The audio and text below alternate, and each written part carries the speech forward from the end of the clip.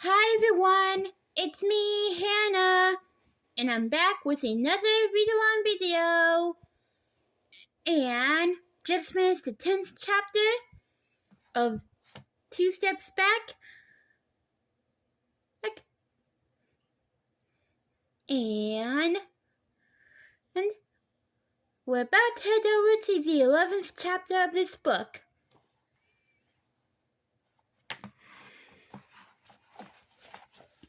Chapter 11. It took every nerve fiber in Alex's body to stay calm, look unperturbed, and turn around with a casual, "Oh, hi." She managed it, but barely, in spite of a cool exeter. She felt her pulse racing and her stomach turning. Luke was still dressed as he'd been that morning. His backward hat, Ashland shirt, athletic shorts, and sneakers, but he could wear a burlap sack and still looked like the perfect man, Alex thought. Luke smiled at Alex and greeted the others. Was he trying not to reveal the depth of his emotions? He's using every reserve of this strength to hide his passionate feelings from his friends? Sorry. How bravely was he behaving? Well, if he could be brave, so could she. Go sit in the back, Tommy ordered him. Let us know it sounds from there, and let us know how it sounds from there. Will do, agreed Luke. He wound his way through the little sitting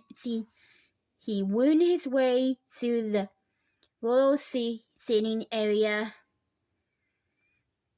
and sat down at a table that was the farthest from the performance space. You go too, Al, said Tommy. Tell us if the balance sounds right. We haven't done an actual sound check yet, but the guys will be here soon. Alex gulped but obediently made her way toward the back table where Luke was sitting, avoiding her gaze for fear of betraying his love. Be cool, she said under her breath. Tommy and Harley and Jackson began to play.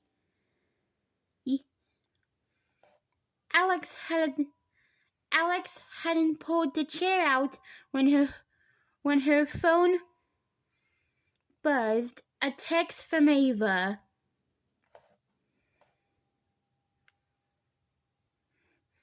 Al, where are you?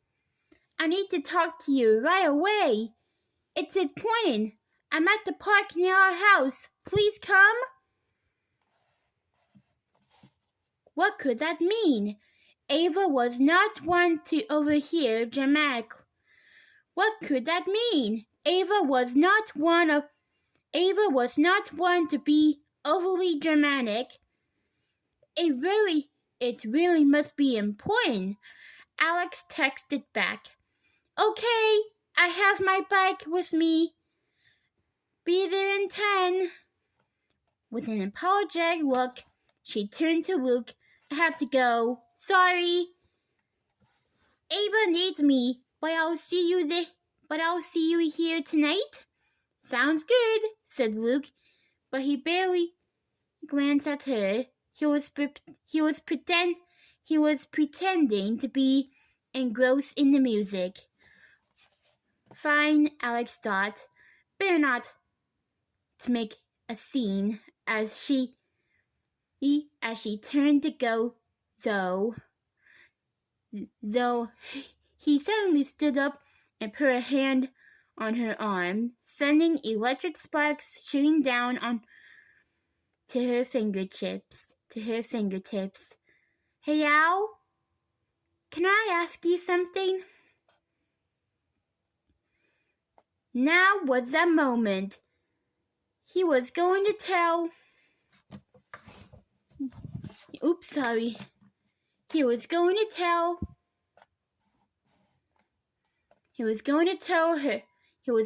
ask her to homecoming. She stood stock still, breathing shallow breaths. The music dropped. How does that sound? Tommy yelled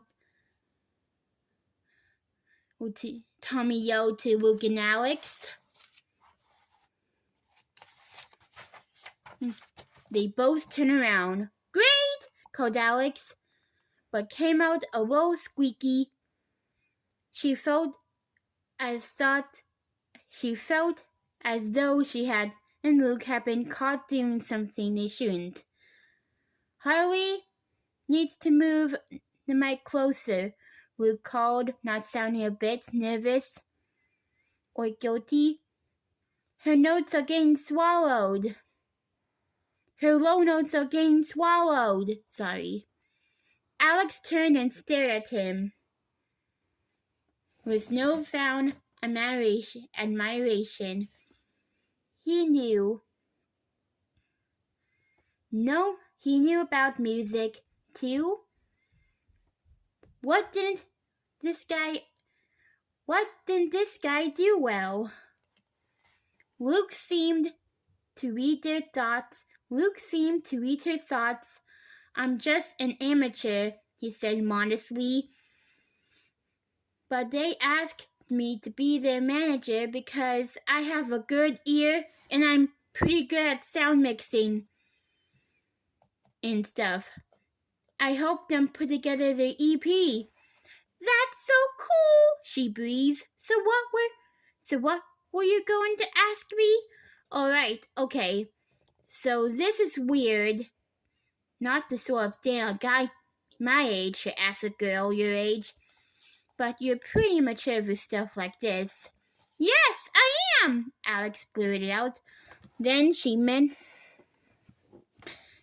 mentally kicked herself. Don't keep interrupting him. So, what I want to ask is a surprise, and I know this is your big story and all, but when you introduce the band on camera tonight, can you also introduce me, as the band's manager? And then I'll ask a quick question. It has to do with homecoming. You can probably guess what I'm going to do. But I promise not to mess up your story. She looked down. She looked into his summer sky blue eyes, soft and dewy and slightly pleading. She couldn't say no to those eyes, even if she wanted to, which she didn't.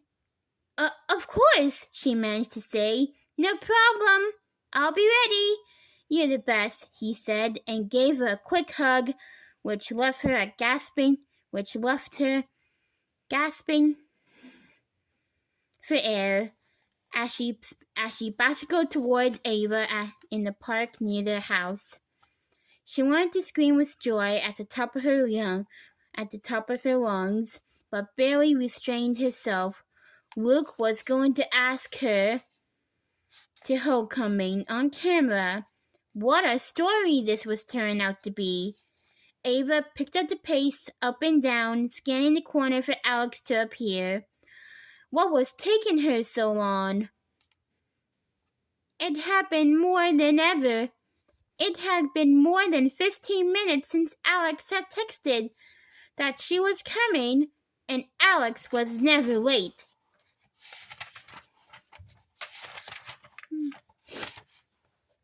Ten more minutes went by, and last she saw her sister around the corner. On her blue bike, Her silver helmet gleaming in the afternoon sun, Alex rode through the open gate and skidded to a stop near Ava. She hopped off, leaning her bike against the fence. "What's up?" she asked, panting slightly as she took off her helmet. She took out and shook out her long hair. That was a strange message she sent. "What took you so long?" asked Ava. "You're never late." "Oh yeah, sorry," said Alex, and blushed to the roots of her hair. And she blushed to the roots of her hair. "I was unavoidably entertained by, well, tell me, what's up first, and then I'll tell you why I was late. Why couldn't I just meet you at home?" "It's about Coach Brian," said Ava. "I didn't know what to do. I was at home with Coach and Mom. I swear I wasn't listening on purpose, but I was carrying a basket of laundry downstairs, and I heard them talking in the kitchen. I guess Mr. Kelly went to the athletic director and demanded that Coach fire Coach Brian for missing so many practices." Alex gasped. "No, he can't." "Well, yes, he can. Actually, I heard Coach tell Mom that he doesn't think there's anything he can really do about it. That he sort of has to fire him because he's not fulfilling his obligations. He's going to have a talk with him Monday morning." Tears welled up in Ava's eyes. And she swallowed down a lump in her throat. "I'd babysit for his kids every second if I could, but football takes up so much, and the times they needed babysitting during high school practices are usually at the same time as my practices. I want to do something, though, Al, I love those kids." Alex put her hand on Ava's shoulder. "That's bad," she agreed. "You're right. We need to do something. Let's sit on the swing so I can think." The park was empty, and the girls sat down side by side on the swing set and brought back memories for Ava of endless hours swinging together. Endless hours swinging together in their backyard in Muscatines. Ava had always been the daredevil, swinging as high as she could and leaping off. Now they sat quietly, barely moving. Ava could almost see the wheels turning in Alex's brain. Alex was so good at organizing and strategizing way better than Ava. And Ava knew Alex adored Shane and Jamila too. Plus, Ava still felt like Alex really owned her one after almost going ahead with her news story about Briar Ridge when Ava had asked her not to. "Let me ponder this a little more," said Alex at last. It sounded like nothing's going on happened before. At last. It sounds like nothing's going to happen before Monday. We have a little time to come up with a plan.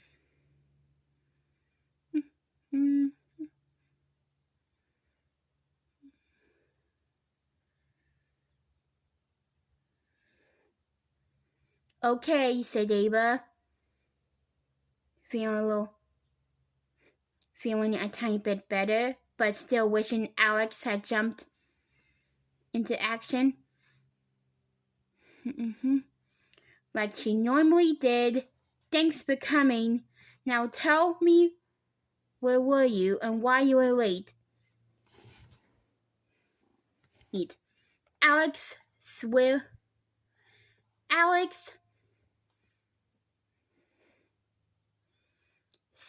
her swing so she was facing Ava and told her about her new idea for a story. Tommy's trio is so good, Abe, and they're already good looking, so they look great on television. It's the perfect piece. Marcy mentioned something about interviewing Coach, too. About his son playing piano and football. But I don't think Tommy will mind. The story will be great publicity for the trio. Ava nodded her suspicions about Marcy Maxson were growing. It really did seem as thought Marcy Main's priority was to use Alex to get Coach from whatever angle she could. First, she won the story about she could.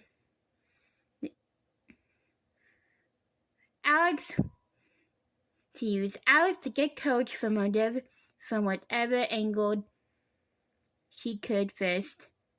She wanted the story to be about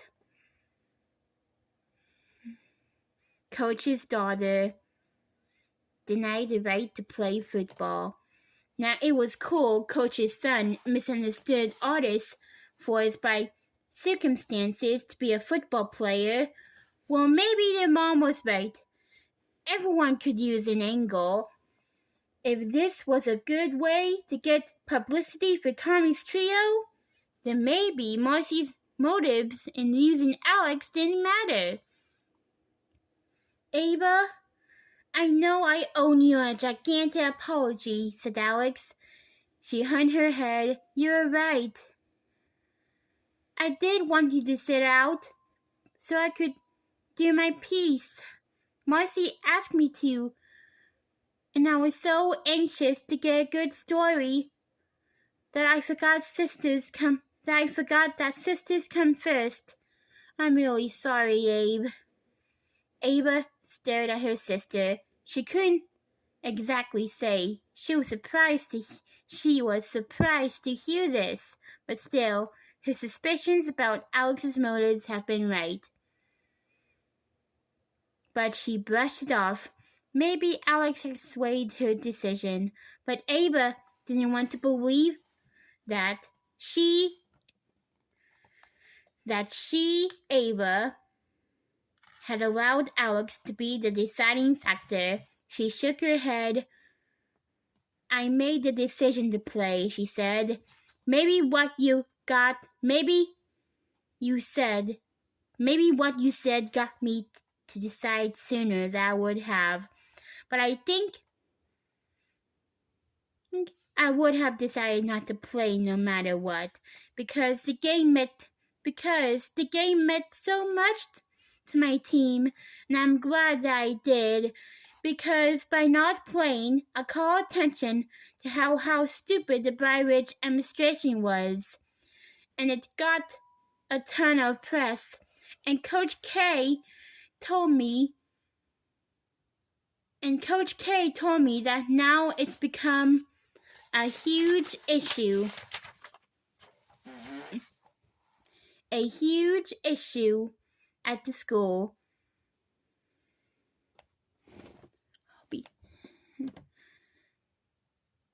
And there is a whole group of other parents who want the school to apologize to Ashland Middle School and to me. So even though it stunk that I couldn't play, I'm glad it turned out the way it did. I'm glad too, said Alex. Even if Marcy Maxson even if Marcy Maxson did get mad at me for deciding not to do the story on you.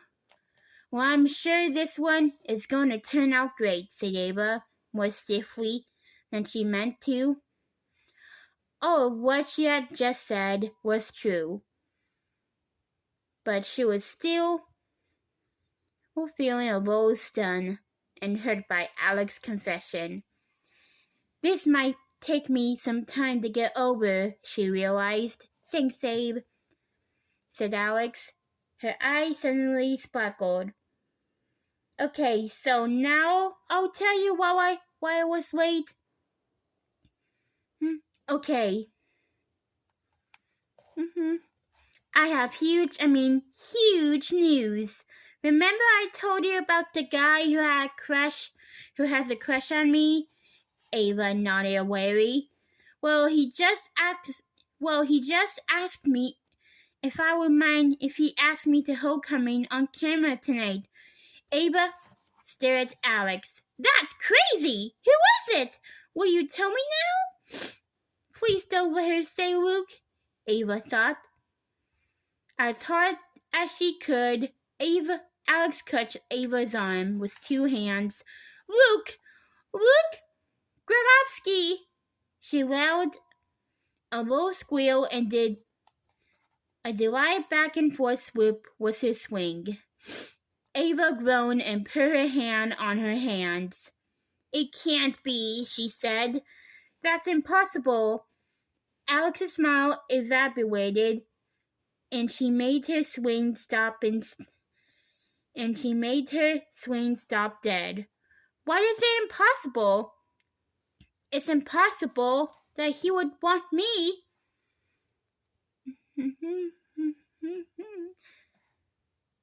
It's impossible that he would want to ask me to homecoming. Well, yeah, kind of, said Ava.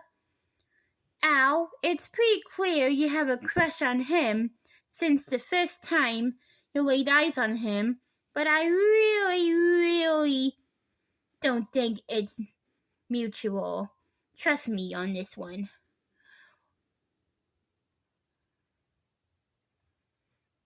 Well, I don't trust you on this one, said Alex, because he told me he was going to ask me there, but last time he came over, he told me he has a crush on someone. I know, said Alex. Oh, me, duh. For obvious reasons. He didn't tell you who it was. Now doubt was creeping into Ava's mind. Could it really be that Luke? Now doubt was creeping into Ava's mind. Could it really be that Luke liked Alex? But Al, he's my tutor. Ew. This isn't about you, Abe. He's not my tutor. We have a separate relationship. We talk about and coffee. But he's 3 grades older than you are. What exactly did he say to you? He asked me if I wouldn't mind introducing him tonight along with Tommy and Harley and Jackson, Alex said fussily, because he's the band's manager. And then he asked me if I would mind if he asked me to homecoming on camera. I won't even tell Marcy what it's going to happen. She'll love it. It'll make a great story. We're sort of a Romeo and Juliet couple. Romeo and Juliet? Applied Ava, and a short snort escaped from her. Now Alex took quite an indignant. She stood up from her swing